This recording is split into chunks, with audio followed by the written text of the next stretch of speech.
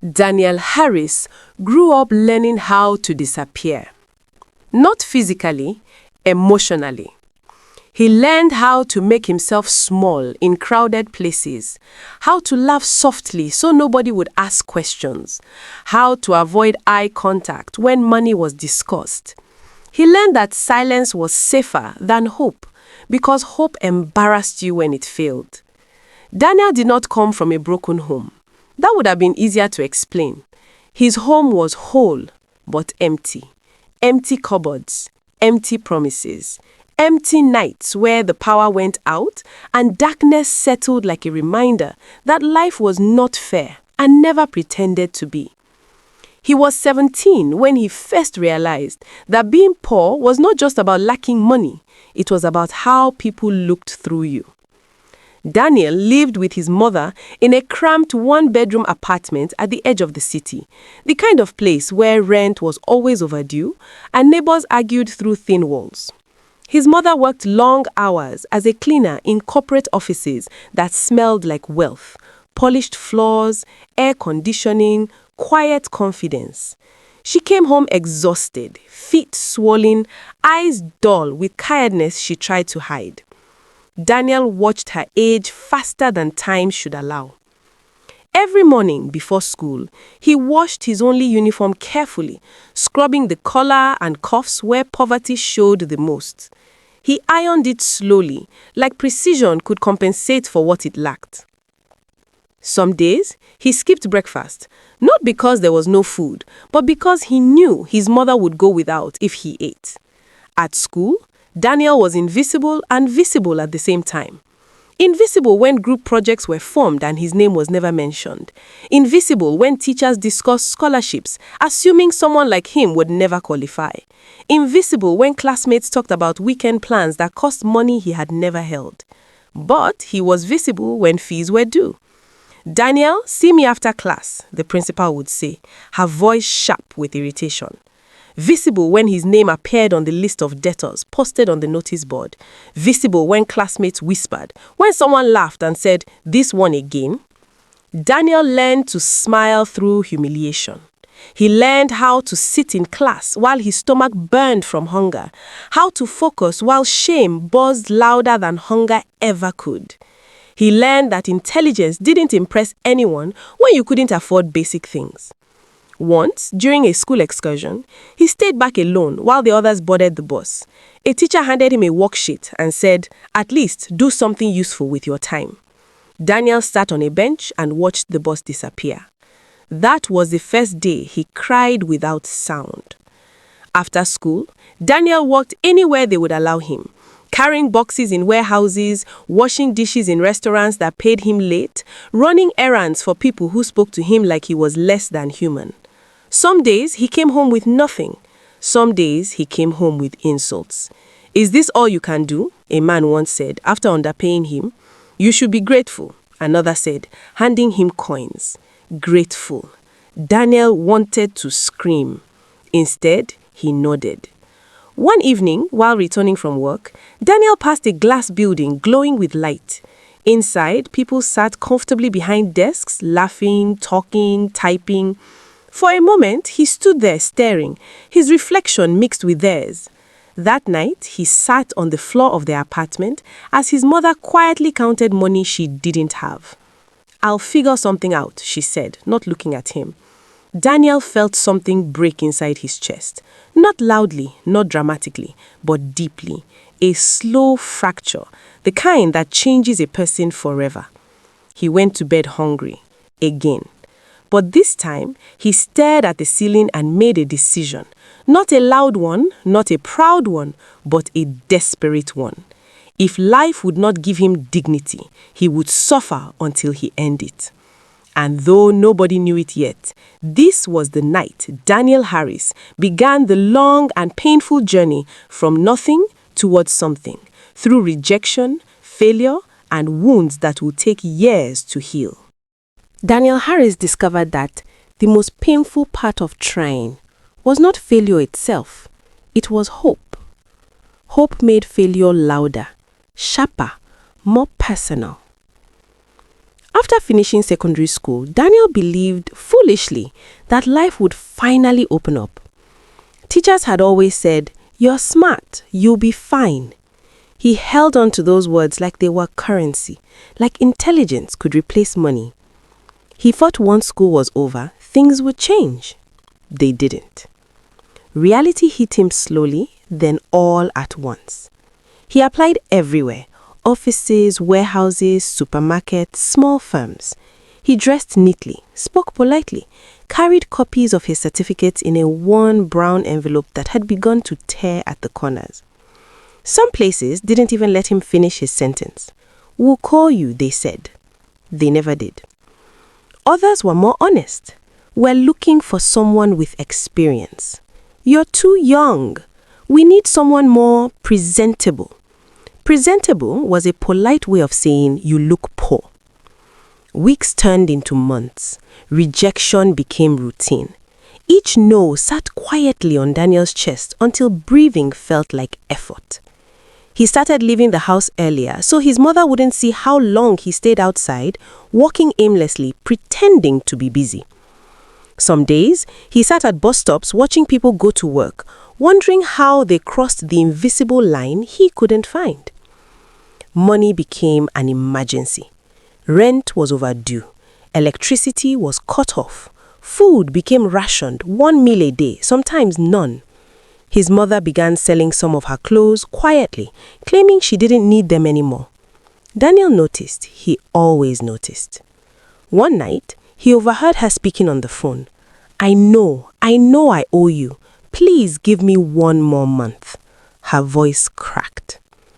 Daniel pressed his back against the wall and slid down slowly, his chest tight, his hands shaking. For the first time, the thought entered his mind, maybe I am the problem. The thought scared him. Desperation pushed him into places pride once blocked. He took jobs that stripped him of dignity, cleaning toilets overnight, lifting loads that left his body aching, working hours that blurred into exhaustion. Employers shouted at him, customers insulted him, some didn't even learn his name. One afternoon, after working 12 hours straight, his boss accused him of stealing money he had never touched. "I know your type," the man said coldly. Daniel tried to explain. His voice trembled, not from fear, but from humiliation. Nobody listened. He was fired on the spot and sent away without pay. Daniel walked home that evening under the weight of injustice he could not fight. His legs felt weak, his throat burned. By the time he reached the apartment, he had nothing left to hold in. He broke.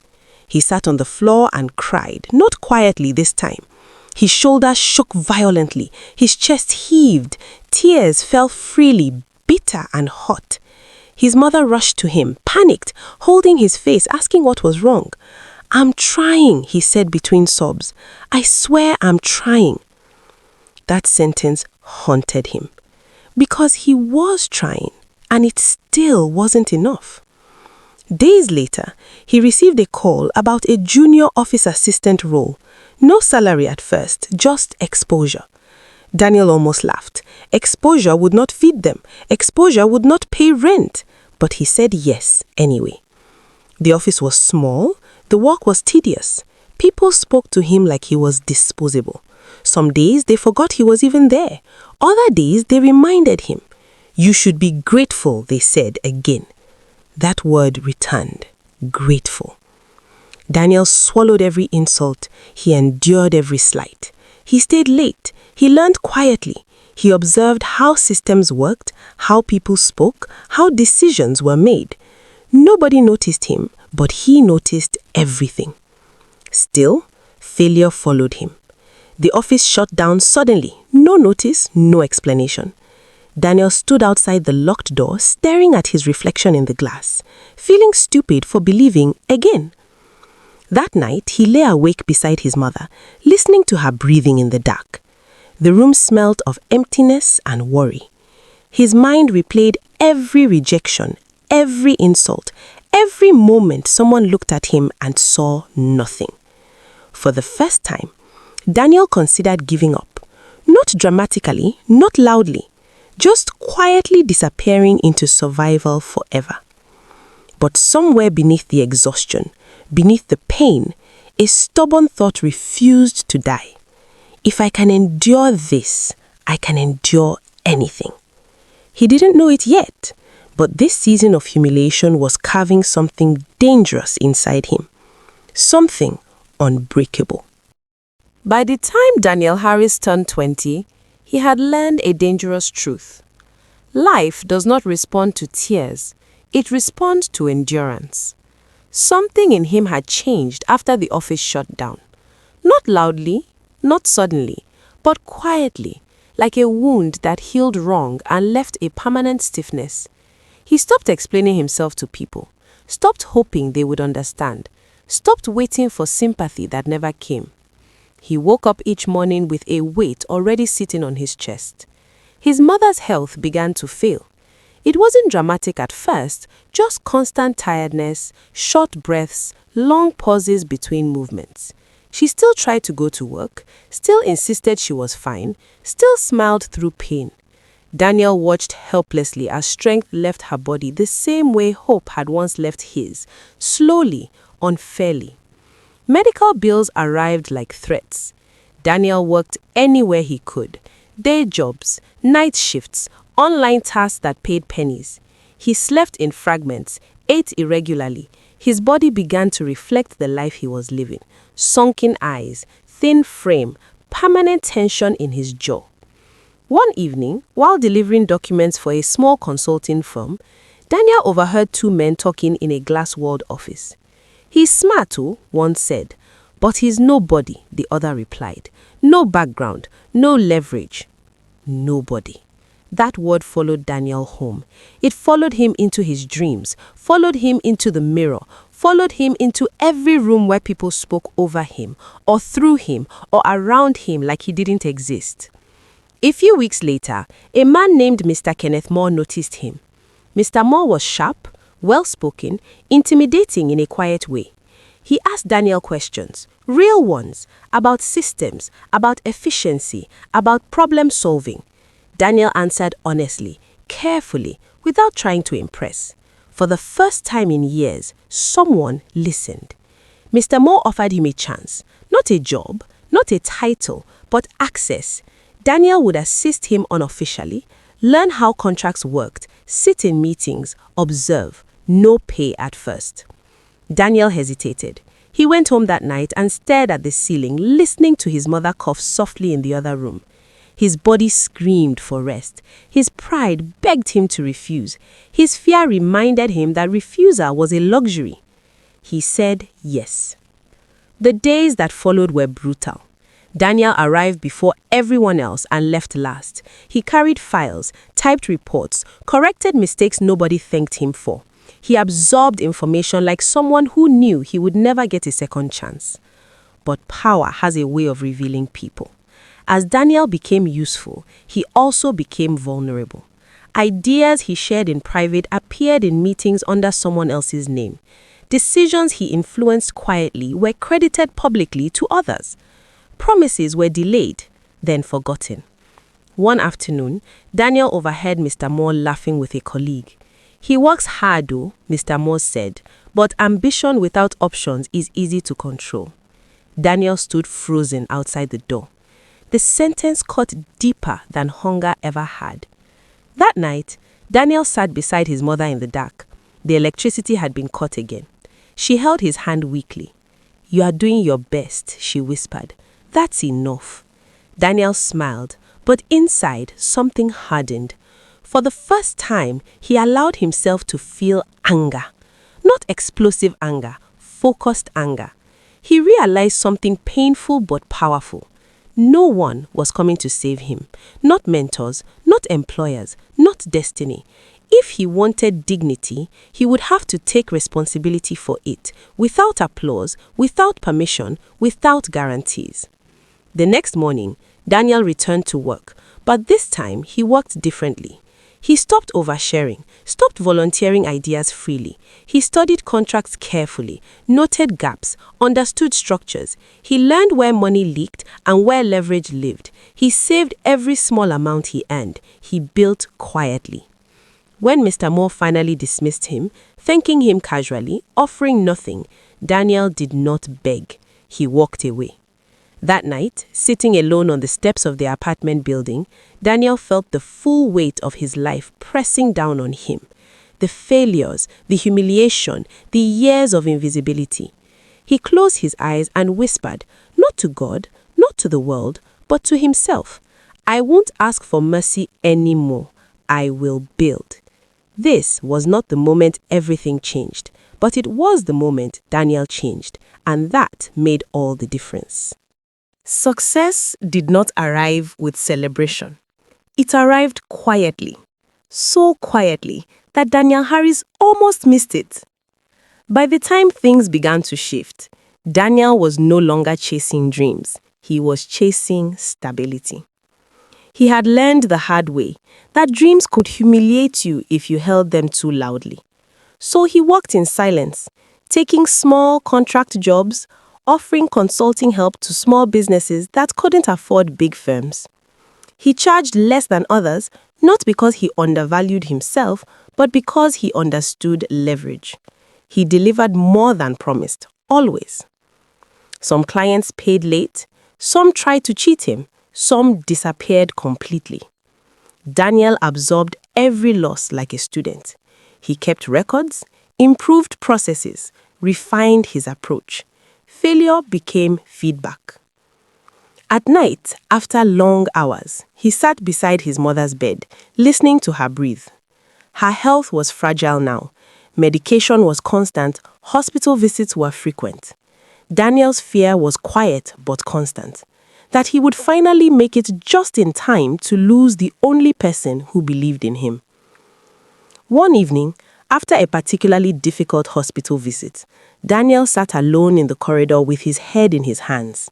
A man sat beside him and asked a simple question. "You look tired. What do you do?" Daniel almost laughed. "I survive," he said. The man smiled. "That's a full-time job." That conversation led to a contract. That contract led to another. Slowly, without noise, Daniel's name began to move, passed from one small business owner to another, not loudly, not publicly, but steadily. Money came, not in floods, but in relief.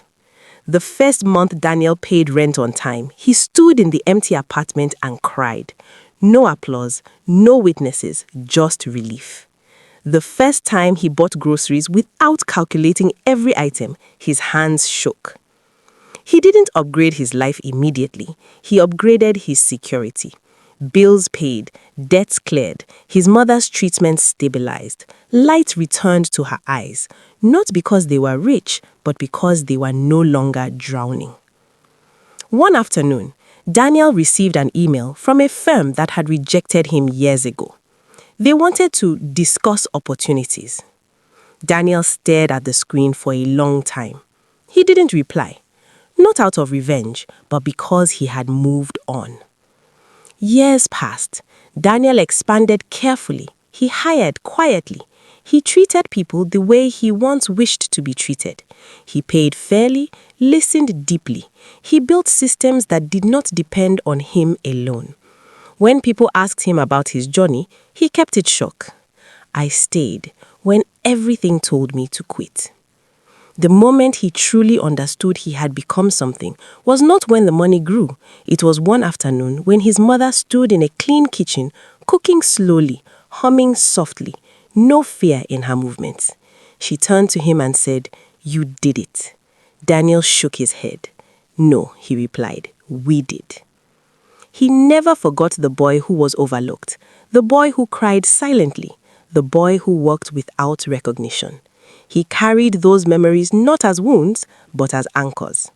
Because Daniel Harris did not rise because the world was kind. He rose because he endured long enough to become undeniable. And in a world that tries to break quiet people, that was everything.